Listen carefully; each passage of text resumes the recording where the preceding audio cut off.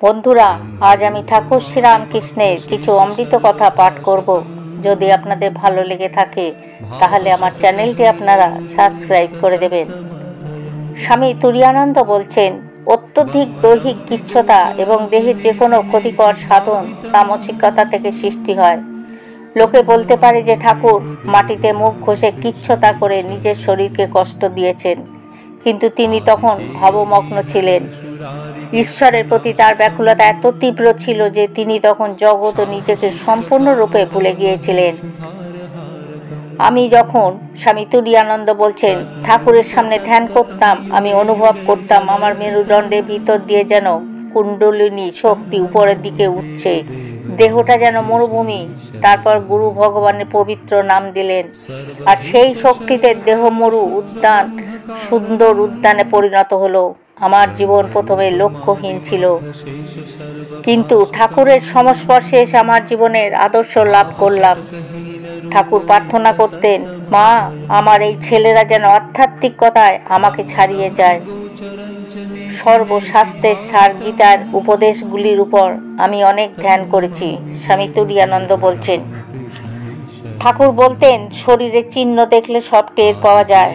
হাত ওজন করতেন, এক একটা লোক কি ধরনের শারীরিক চিহ্ন দেখে তা ধরে ফেলতে পারতেন। ঠাকুরের ভিন্ন ভিন্ন ঘরের থাক ছিল, কিন্তু সবার জন্য তাতে জায়গা ছিল। ঠাকুর বলতেন, তেল কালি ঠিক ঠিক মতো থাকলে স্পষ্ট ছাপ পড়ে, তেল কালি ভালো না থাকলে ছাপ ভালো পড়ে না। বিবেক বৈরাগ্য থাকলে ধারণা খুব ভালো হয়, তেমন না থাকলে ধারণা তেমন হয় না। ঠাকুর মেদাটে ভাব ভালোবাসতেন না।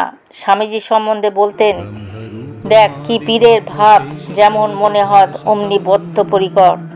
সুবিধা অসুবিধা যা হওয়ার হোক, কোমর বেঁধে করতে হবে।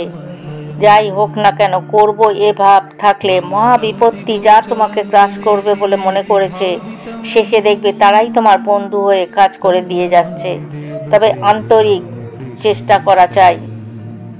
তোমার মনকে তোমার খাটাতে হবে, সেটা তো আর কেউ করতে পারবে না। ঠাকুর 100 বার বলেছে কিছু করতে হবে, তারপর গুরু বলে দেবেন এই। এ আমাদের জীবনে প্রত্যক্ষ দেখা যে তার দিকে 1 পা এগোলে তিনি 10 পা এগিয়ে আসেন। এ আমাদের প্রত্যক্ষ। নিজে কিছু না করলে কারোর সাধ্য নেই যে কিছু করে দিতে পারে। আমি ঠাকুরের নিকট এক সময় একজনকে সংসার সত্য এই সম্বন্ধে যুক্তি প্রয়োগ করতে শুনেছিলাম।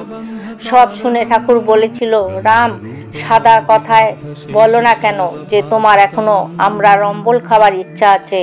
অত বৃথা তর্ক যুক্তির প্রয়োজন কি? এর চেয়ে প্রবলতর ও অকাট্য উত্তর আর কি হতে পারে?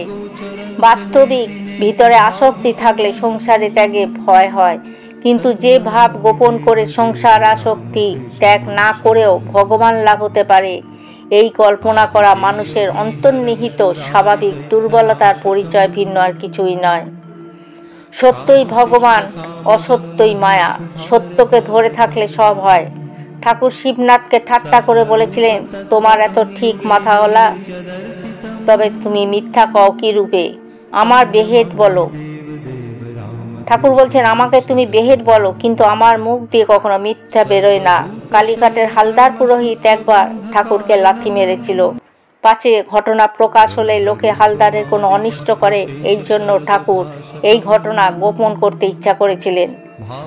ঠাকুরের মনে হলো কথায় কথায় হয়তো এ কথা তার মুখ দিয়ে বেরিয়ে যেতে পারে, তবে তিনি যদি কারুর কাছে সত্যে আবদ্ধ হন তবে ও কথা কখনো মুখ দিয়ে বেরোবে না। এই উদ্দেশ্যে ঠাকুর হৃদয় মুখুজ্জেকে বললেন, তুই বল আমায়, এ কথা কাউকে বলবি না। হৃদয় প্রথমটা রাজি হয়নি, কিন্তু ঠাকুর তাকে দিয়ে 3 বার বলিয়ে নিয়েছিলেন, আর ও কথা মুখ দিয়ে বেরোবে না। ঠাকুর হালদারের কল্যাণের জন্য নিজেকেও এইরূপ সত্যে আবদ্ধ করে নিলেন। একবার কথা দিয়েছিলেন যে যদু মল্লিকের বাগানে গিয়ে দুপুরবেলা তার সঙ্গে দেখা করবেন, কিন্তু লোকেদের সঙ্গে কথা প্রসঙ্গে ঠাকুর সে কথা ভুলে যায়। রাত্রে 11টায় শুতে যাওয়ার সময় ঠাকুরের মনে পড়ল। তখনই লণ্ঠন জেলে মহারাজকে সঙ্গে নিয়ে সেই বাগানে গেলেন এবং দরজা বন্ধ দেখে 1 পা দরজার ভেতরে ঢুকিয়ে দিয়ে চেঁচিয়ে বললেন, এই আমি এসেছি, এই সব ছেড়েছিলাম, কিন্তু সত্যকে ছাড়তে পারিনি। ঠাকুর বলছেন, সত্য রক্ষা করা মহা ব্যাপার। মনের নাশ হওয়া মানে হচ্ছে বুদ্ধির পূর্ণ বিকাশ। মন যে একেবারে নষ্ট হয় তা নয়, বা ব্যবহারিক জগতে শুদ্ধ মনে এক আত্মাতে নিশ্চয়বান হয়ে সকলের মধ্যে এক আত্মাকে লক্ষ্য রেখে ব্যবহার করার নামই মনোনাশ। শ্রীরামকৃষ্ণদেব বলতেন, শুদ্ধ মন, শুদ্ধ বুদ্ধি, শুদ্ধ আত্মা সব এক জিনিস। ঠাকুর বলতেন, সোনা হয়ে আস্থা কুড়ে পড়ে থাক, তাহলে সোনাই থেকে যাবি। সকলকে আপনার করে নিতে হবে, সব আপনার হয়ে যাবে। যত তার দিকে যাবে তত সরল উদার হবে।